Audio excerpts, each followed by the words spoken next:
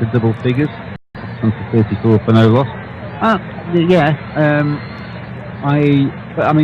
think Ben Stokes' role in the side is a little bit like that, the shock bowler, the X factor, come on and take a wicket for me. And with Stokes' injuries, it's going to be few and far between the kind of 12 over stint that we get from Ben Stokes, where he just goes on and on and on like he did at Headingley last year. As ropes in again, bowls. Navid Ali is leaving that one alone outside the stump. Just seen the picture of Ollie Pope just behind the glass in the dressing room. He's got his tracksuit top on, so obviously he's not coming straight back out onto the surface. He's just picked up looked like a little bit of a shoulder injury. He did a bit of fielding he chased the ball to the boundary, so he's up there taking a bit of a breather. Seen that drop catch by Josh Butler, and it was pretty straightforward, wasn't it, really? Straight. It should have been straight into the gloves, but for some reason his gloves were just a little bit too low. And replays on the screen of just his taped behind the stumps. As Archer comes in and that one goes through to Josh Butler. No run, Shammasood last ball. They're able to keep the strike. I think he's dropped more than one catch in this Test match, hasn't he, Butler? I mean, obviously that's the most obvious one. I think, did he drop one off Don Bess as well? And he certainly missed a potential stumping off Don Bess as well, the one that came back through the gate on Azhar Ali yesterday, and Butler missed that. He's not the best keeper that England have got. I don't think anybody argues that. Archer fields off his own bowling from Shammasood. I mean, I think if you actually put, there's 18 counties. Some counties have more than one keeper. So if you say there's 30 county keepers, and Butler's one of those, I would say that you'd struggle to put him in the top 10 in terms of actual keeping ability.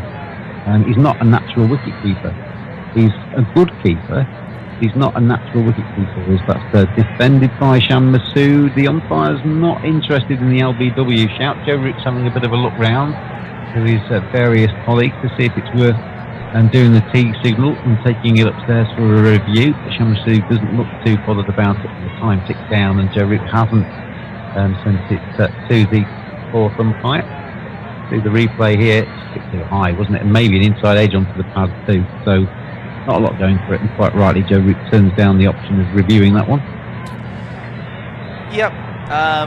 I'm not so sure. I don't know. I think it might have been just clipping the top of middle and off, but obviously that's inside edge on it though. That was the main thing. As that's defended by Shammasood into the offside. There's no run that time. Yes, I mean, going back to Josh Butler, he's not a natural keeper. You look at the greats that we've had, James Foster, Jack Russell, Alan Mott, Bob Taylor, Ben Stokes you could probably put into that same category. They just have really good hands. They have the reflexes. They're able to read the ball off the pitch like a batsman can, so they know if they should be going up or down, and just very, very agile. Josh Butler's a little bit more mechanical as a keeper. I think Archer bowls again, that's tucked into the leg side, there's no run. He's worked very hard on it, and he's not a bad keeper, and he's somebody that in a test match is passable as a keeper.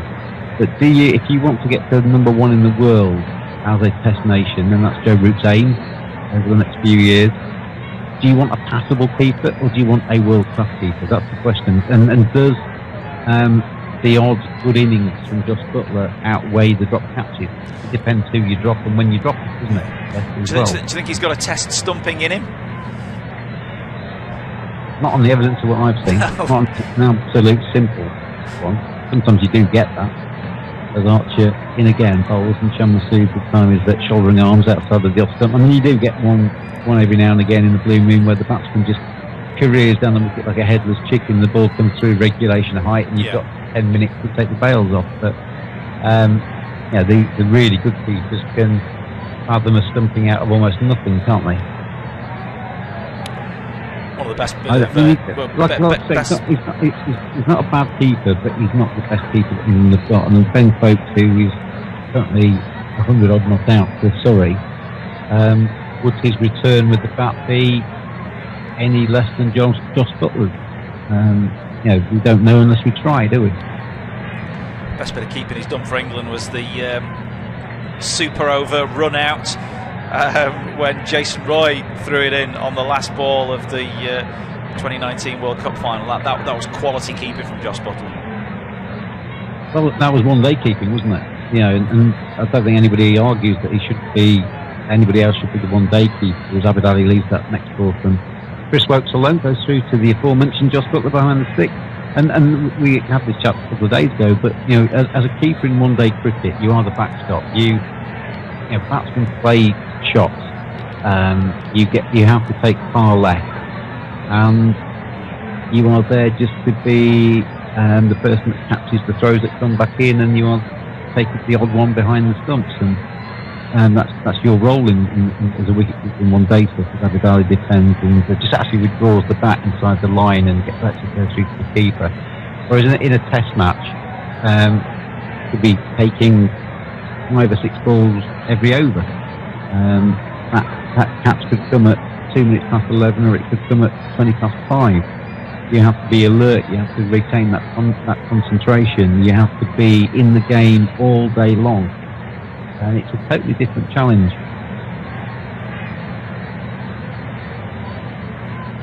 But Wokes in again, 3 slips and bowls, and Abid Ali is right behind that one, pushes it out into the leg side to Stuart Broad at mid-on, and there's no run.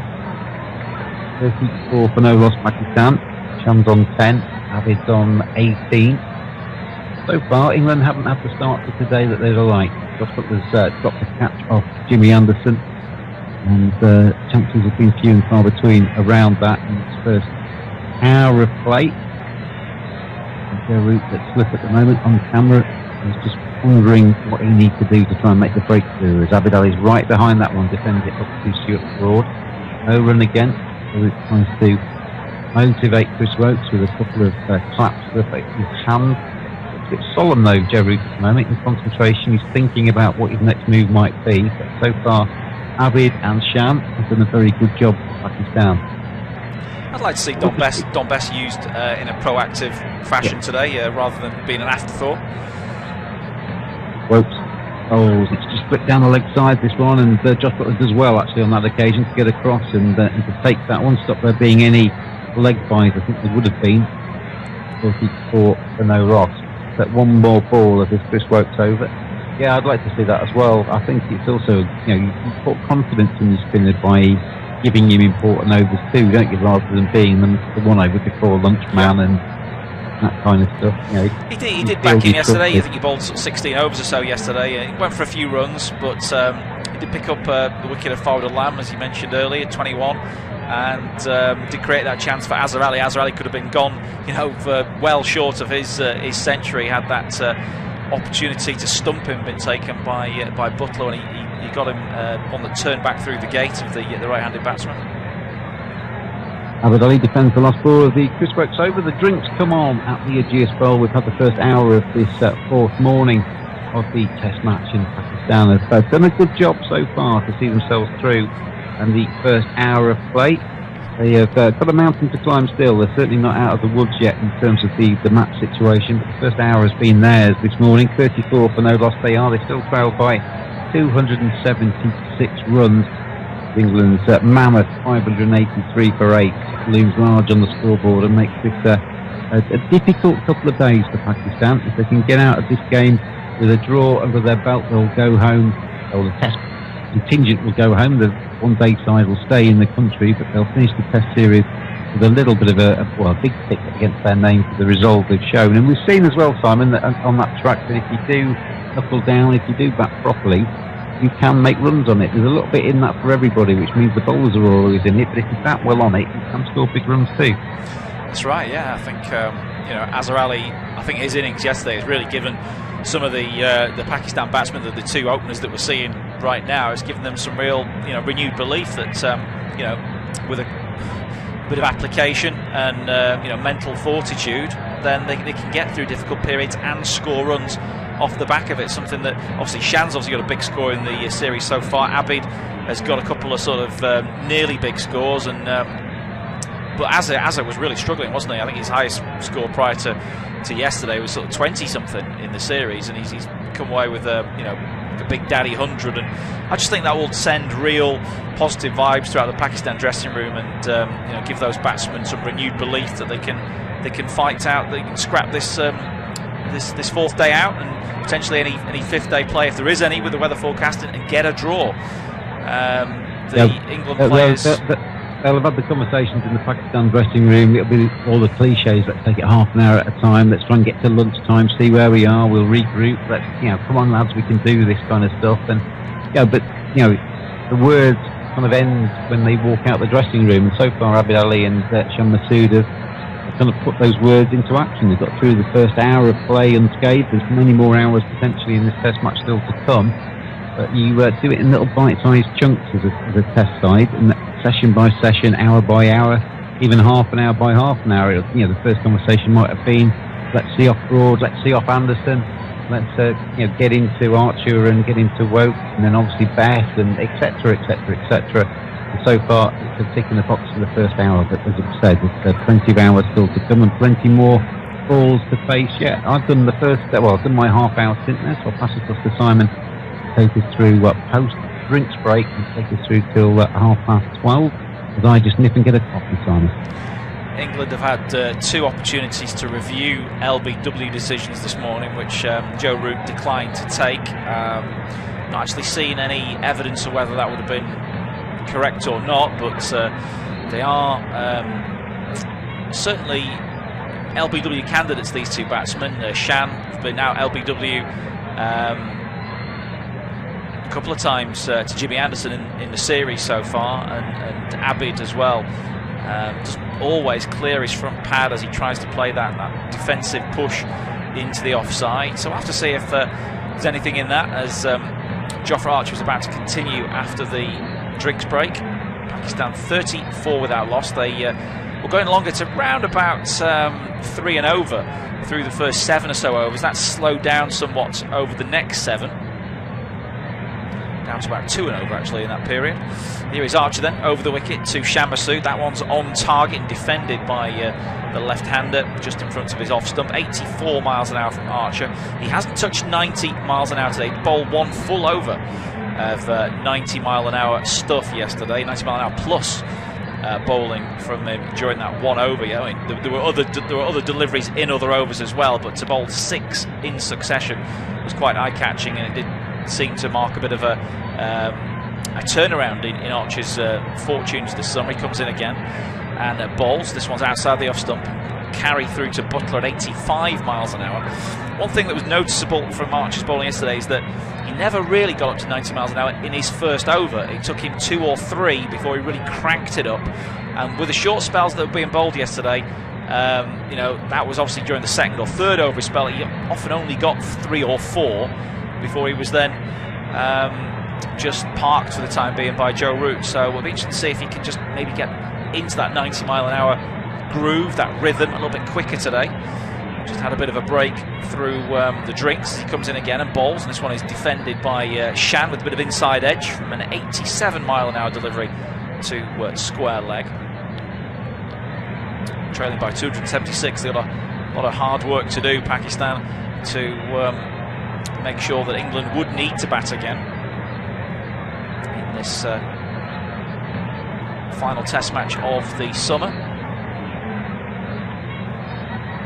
Waka Yunus is regaling fellow coaches and some of the other batsmen and players in the Pakistan dressing room with some sort of tale on the balcony, as this next delivery from Archer goes through outside the off stump and is once more harmlessly left alone by Shan. That was 86 miles an hour. England working hard on the ball. Joe Root seems to be the main ball shiner in the team. He gets it from Butler and with his sleeve rolled up, then works hard on the ball to keep it polished on one side, and then the ball's passed between 1 or 2 hands before it reaches Archer. England try and keep that as almost regimented as possible in terms of the way that they pass the ball from keeper to bowler again. As Archer bowls once more, this one is defended and just worked off the pads. There's going to be 2 here for Shan. He gets it behind square on the leg side. Wokes comes up with an absolutely rocket arm throw towards the bowler's end, and there were almost more overthrows there as Wokes' throw absolutely flew out of his arm, and without some good backing up, that could have gone for 4 overthrows as well. I think he was actually trying to hit the stumps there, wasn't he? He saw the batsman was just maybe dawdling on the second and just trying to put a bit of fire under his belly. The throw was a little bit wayward. Gerrard's got that off to a fine art, hasn't he? How he gets his long sleeve shirt over his wrist, over his hand, the palm of his hand, and rubs it on that. Some washing out, that. Dark threatening skies overhead, James, as Arch comes in again to bowl to Shan, and this one's left alone outside the off stump. It kind of dies on its way through to Butler there. Once more, Archer is not yet up to 90 miles an hour in this, I think probably the third over of his, it's just to finish the third over of his opening spell of the day. So Pakistan, with those 2 runs in the over, moved to 36 with that loss. And well, that shot we're getting right now on our pictures behind the pavilion seems to be where the weather comes from at the Ageas Bowl, and it's dark clouds. And they are, it's not just like one little dark cloud, it's a mass of dark clouds there. So if that comes across and drops its load on the Ageas Bowl, then we've seen in this test match that it can come down. The rain sort of showers, they call them showers, but they can be very, very rapid. And there was it day 1, day 2, where it dropped for about 10 minutes, but left puddles on the covers. So if that does the same, we may see a stoppage at some stage. As Chris Wokes bowls to Abid Ali, and the right-handed opener defends just outside his off stump into the ground, no run. That is the sideshow of today, isn't it? With the rain possible, as you said on the weather forecast I've seen as well, the 78% whatever chance of rain at some stages. This is the kind of sideshow with rain forecast tomorrow as well. That England maybe only have we feel like we've got 2 full days of this game left, but if it is disrupted, England probably have a lot less overs to actually get these wickets in this thing. Wokes bowls onto the pads, shout for LBW, all the slips go up, umpire shakes his head. England have got reviews left, but I don't think Wokes is fully convinced that was going to strike the leg stump. It probably going down. I'd be interested in that, because he came quite a long way across his off stump there. So that struck him in front, didn't it? Whether it was going to slide down or not, I'm not sure, but if you see the replay of how Abid played that, he got quite a long way across to his off stump. Yeah, it's going to miss. Yeah, it's going to miss. But I can see why Wokes was interested. Yeah, and all the slips were going up in tandem as well. But the umpire wasn't moved. Here is Wokes again, who bowls. This one's on the off stump, and it's driven through the onside with a bit of whipped bottom hand, and he'll get 2 runs here, will Abid, and it'll take him to 20. He manages to get it through mid-wicket.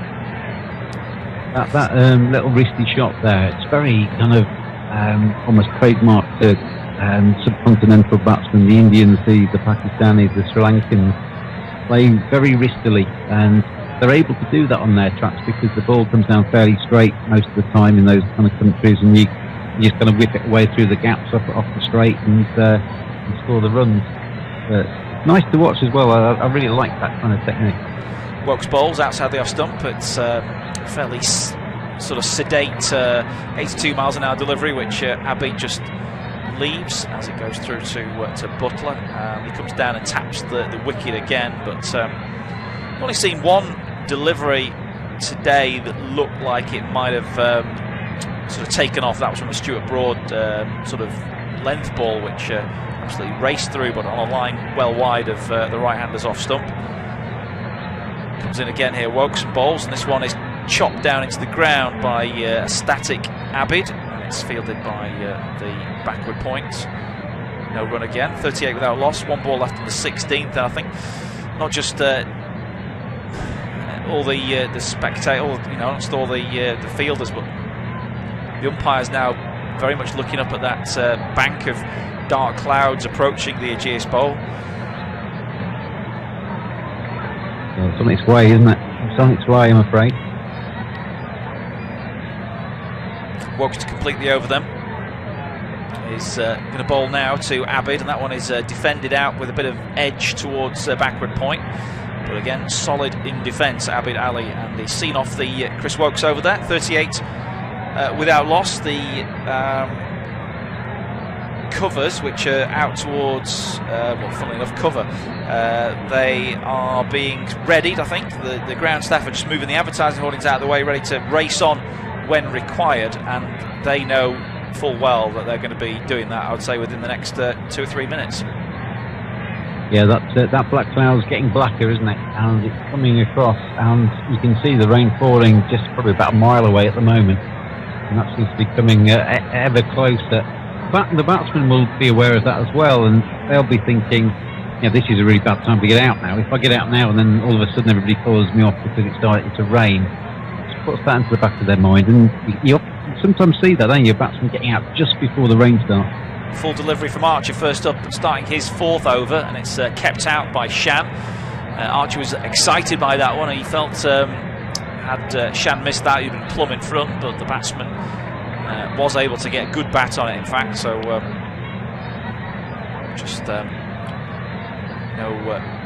no shouts for the England fielders to get excited about.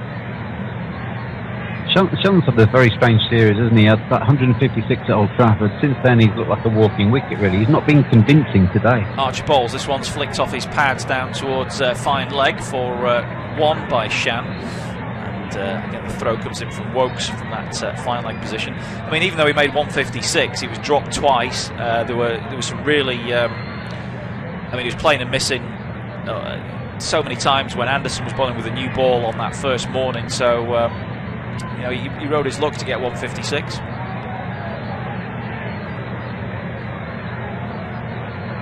It's going to be interesting to see. And Pakistan, like I say, doing this in chunks, aren't they? They'll be very conscious that the rain might be coming to save them as well. Here's Archer once more to Abid Ali this time. This one is just defended into the onside. They're going for a quick single, actually. Just punched it to Anderson at mid-on, just to his right hand, but quickly scurrying to the other end, Abid, to move to 21. And that's 40 up now for Pakistan. Good opening stand, this. Haven't been too many good opening stands.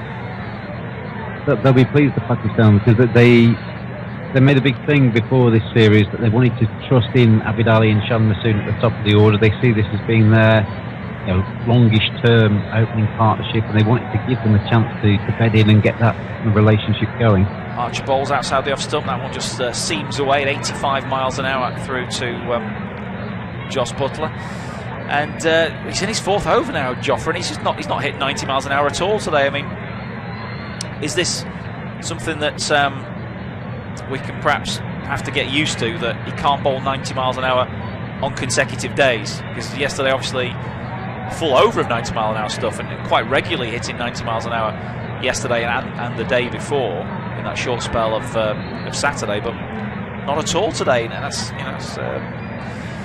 22 balls he's bowled. I think there's an argument to say that he's probably bowling quite cleverly here, because we've seen the ball just kind of like looping into Jos Buttler's hands. There's no pace in that track. Oh, well, that one again is outside the off stump and playing miss from Shan. He's gone round the wicket, different angle, I think, confused the left-hander. 86 miles an hour there, and Shan plays and misses.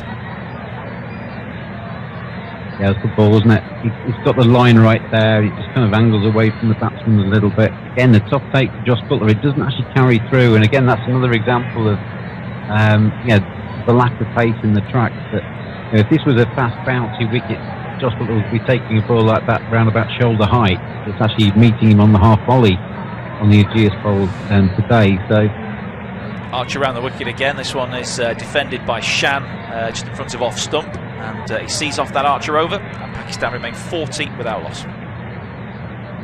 So the point is if it is that slow and you're not getting bounce, you're not getting the pace off the track, it goes back to his comment about bending your back and the reasons to bend your back, and I think those comments were misconstrued. He phrased it badly, but what he was meaning is you kind of judge the track, you judge the circumstances, and you bowl kind of speed that you think is going to be the most use on that surface. And I think he's just bowling a little bit within himself. He's trying to get more accuracy than pace. and he feels that in this spell that's the right way forward for him. You know, you don't always have to bowl at 95 miles an hour to take a wicket. Wokes is in and bowls to Abbey, start of the next over. This one's turned into the leg side for a single. They're rotating the strike quite well at the moment, these two. 41 without loss now. The players look up at the skies, and there is some rain imminent at the Ageas Bowl, but it's held off for the time being.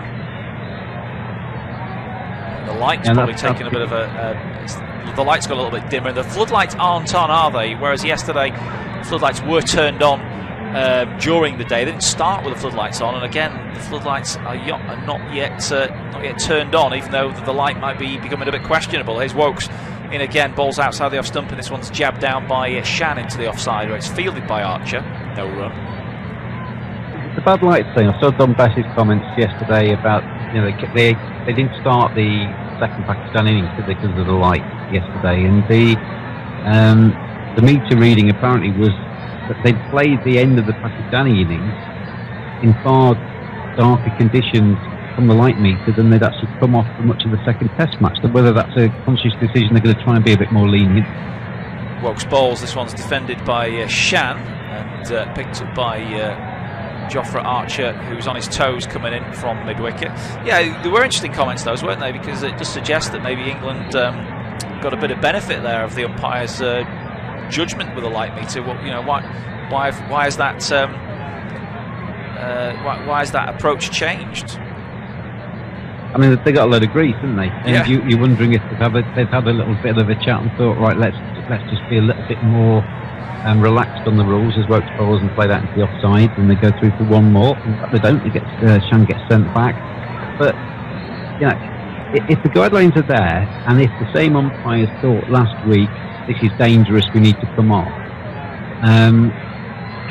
you know, surely they're admitting they were wrong last week if they're changing it this week. They aren't the same umpires, though, are they? Because Kettleborough was stood in the middle last week. It's the same group, though, isn't it? It's the same group of umpires. It's the same four that are there, I think. Yeah, of course, yes. It's the same group, but it's not the same two in the middle. Surely it's only the two in the middle who make that call.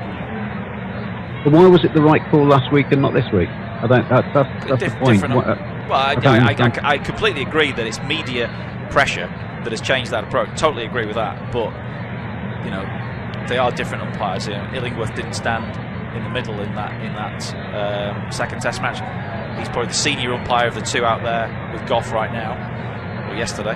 What Bess was trying to suggest was that he actually felt it was a little bit dangerous for the tail enders yesterday, wasn't he? He was saying that, you know, the your Nazim Shahs, your Shaheen Afridis, your Mohammed Abbasis were probably out there in conditions that were a little bit too gloomy against a bowler like Jofra Archer. Wokes in again, last ball of the over around the wicket, balls to Shan, and this one's left outside the off stump through to the keeper. So, well, the openers are doing a good job for Pakistan right now. It's a maiden over that, 41 without loss after 18, and the light meter is being brought on by the fourth umpire. This is one of the most stupid things Test cricket, you know, that little sentence we use a lot, Test cricket doesn't help itself at times. I mean, this is just a minor thing, but why does that light meter have to come on and be ferried onto an umpire? Why don't the umpires both have a light meter in their back pockets all day long? And then if they ever feel the need to use it, they use it. I don't understand why it has to come from unless it's got a very short charge, and it has to remain on charge in the dressing room or something, and to keep it going. But it doesn't seem. It seems quite sensible to have a light meter. You've got plenty of pockets in an umpire's coat. It looks like they're going to make a decision here. Shan Masood's ready to come off. Umpires are still talking. Babar Azam's pictured on the balcony. He wants